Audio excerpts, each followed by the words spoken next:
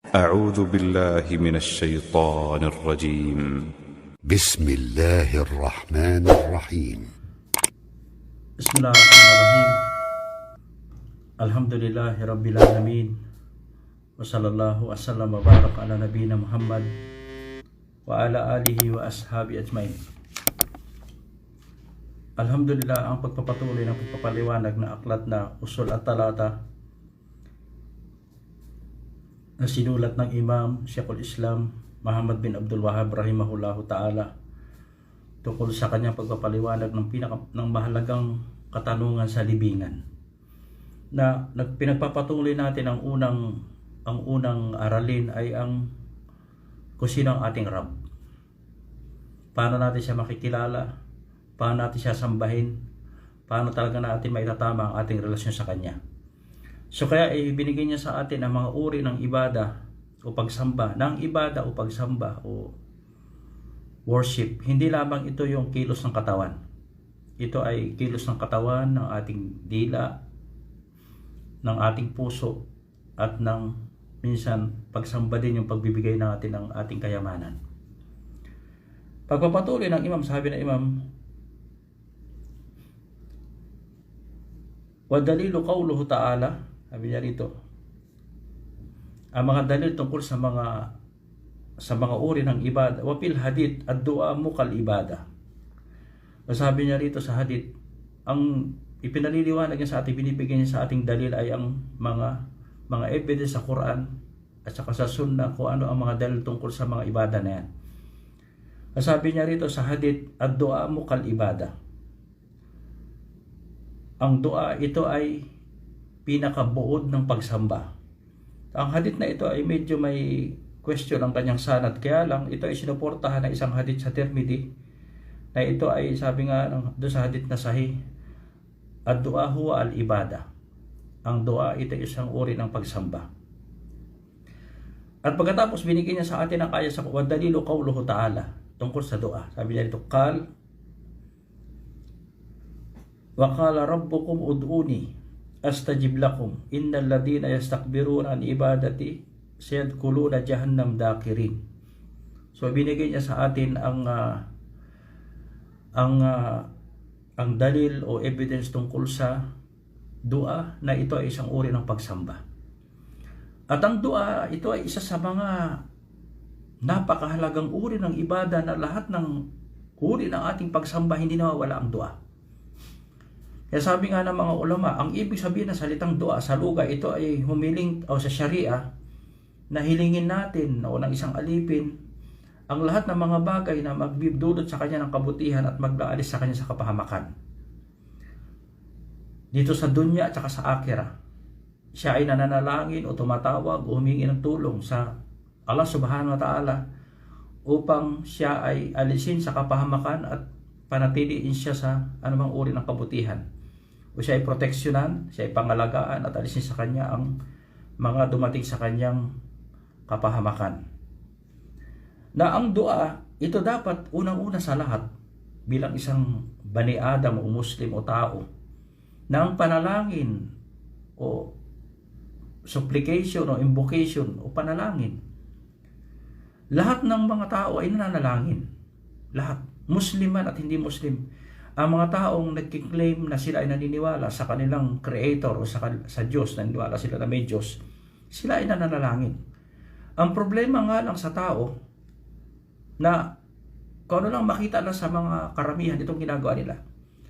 So kaya ang panalangin, siguruhin natin o tiyakin natin na kapag tayo ay mananalangin, kailangan tiyakin natin kung gaano tayo katalino sa mga bagay na kailangan natin dito sa mundo. Lalong-lalo na maging matalino tayo sa kung kanino tayo tatawag upang ipagkaloob ang ating kailangan dito sa daigdig, lalong-lalo na sa kabilang buhay. So kailangan tinatawagin natin ang tunay na Diyos. Kailangan ang tunay na Diyos sa ating tinatawagan. Kaya sabi na Allah subhanahu wa ta'ala, dalika bi anna Allahu wal haq wa ma yad'una min dunihi al batil. Katotohanan, ang Allah subhanahu wa ta'ala, siya ang tunay na Diyos, at yung kanilang mga tinatawagan na mga nilikha lamang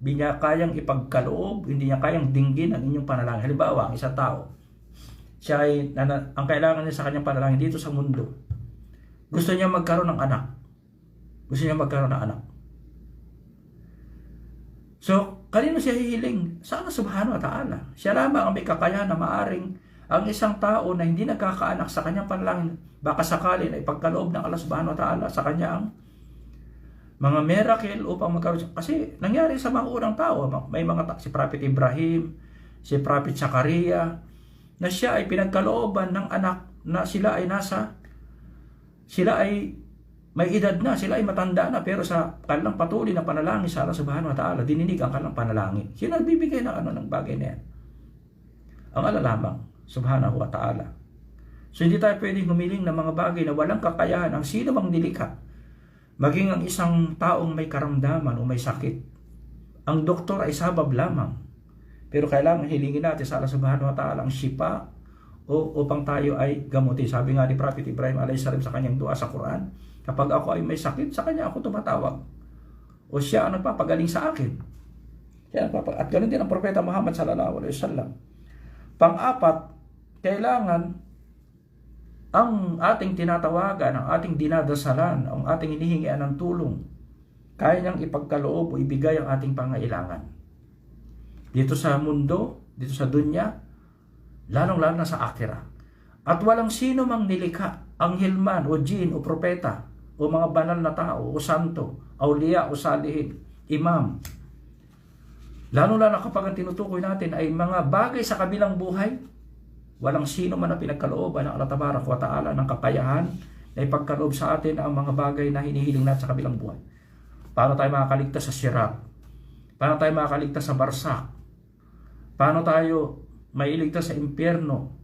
Paano tayo maipapasok sa paraiso? Ang lahat ng yan sa Allah lamang natin hilingin. At itinuro sa atin ang Allah subhanahu wa ta'ala at ng Propeta Muhammad sallallahu alaihi wasallam kung papaano natin makakamit ang mga bagay na sa tamang pamaraan ng pagsamba o wasila na sa Allah lamang tayo tatawag.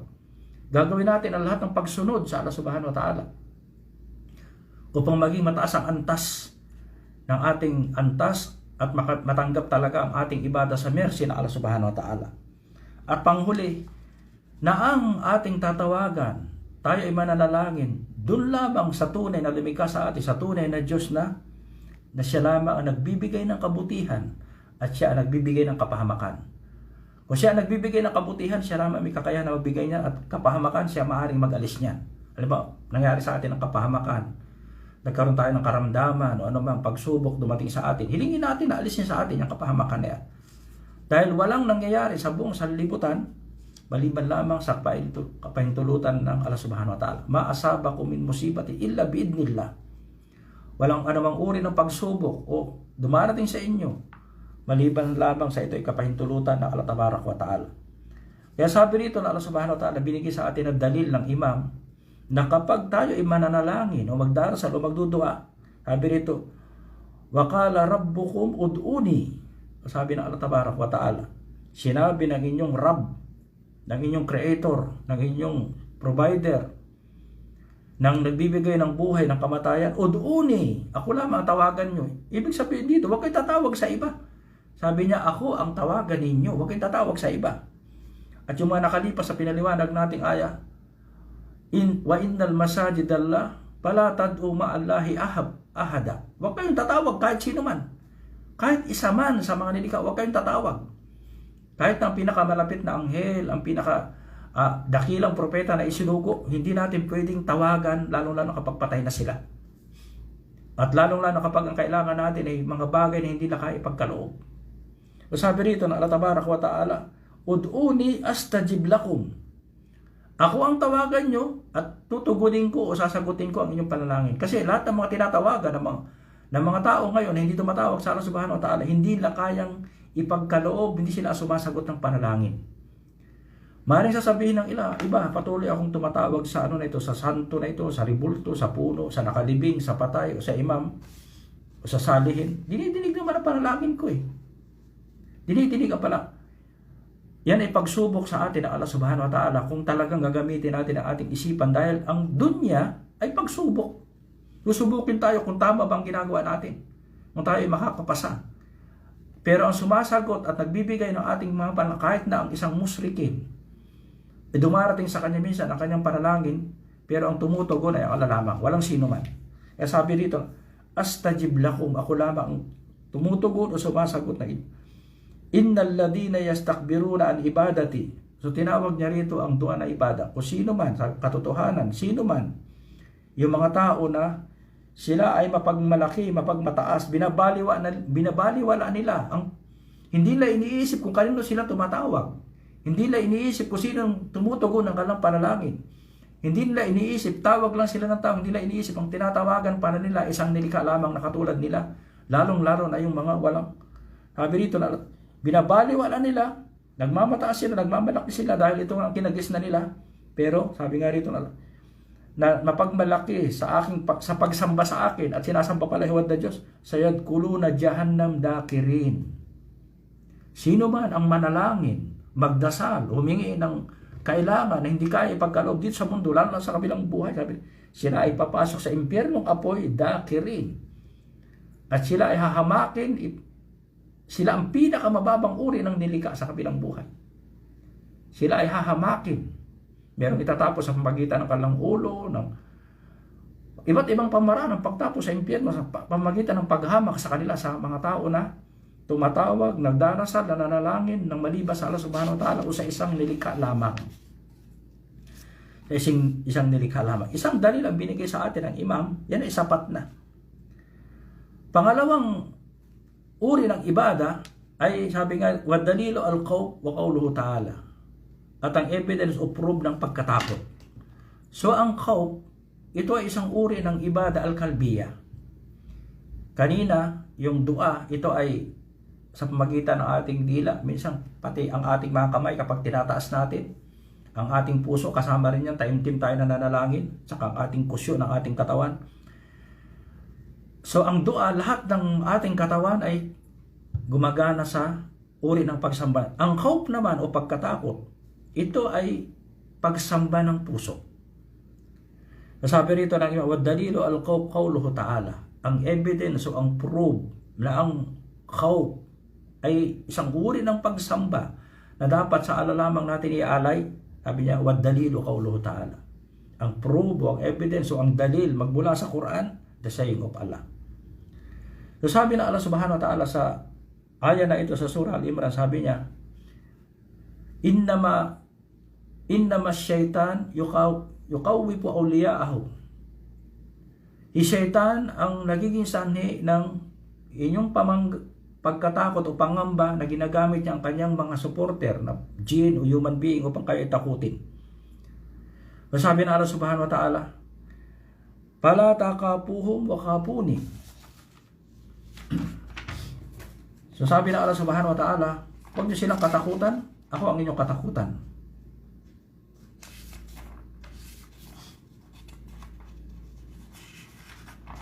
Huwag niyo silang katakutan, inna madalikumus syaitan yukawwifu awliya'ahu. Katotohanan, si syaitan ang nagbibigay ng pagkatakot sa tao upang sila itakutin,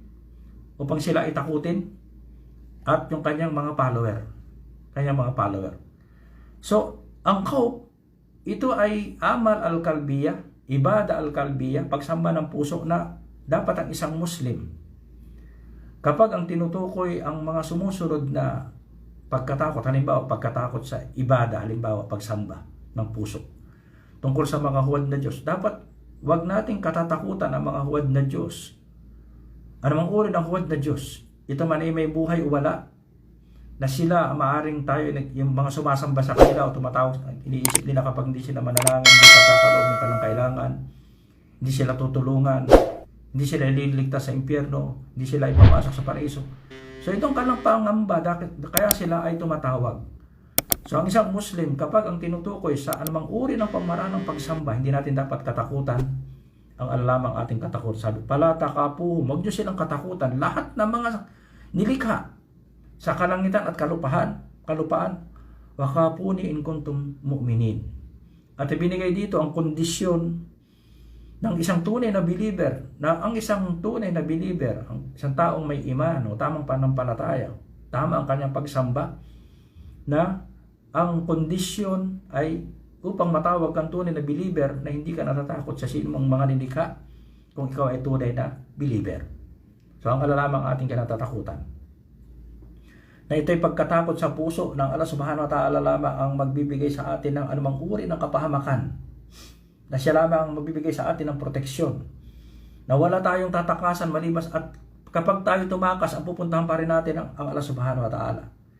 Ito ay pagkatakot sa puso magitan ng inatatakutan natin Allah subhanahu wa ta'ala at siya lamang ang magbibigay sa atin ng lahat ng uri ng proteksyon dito sa dunya lalo na sa akhirah.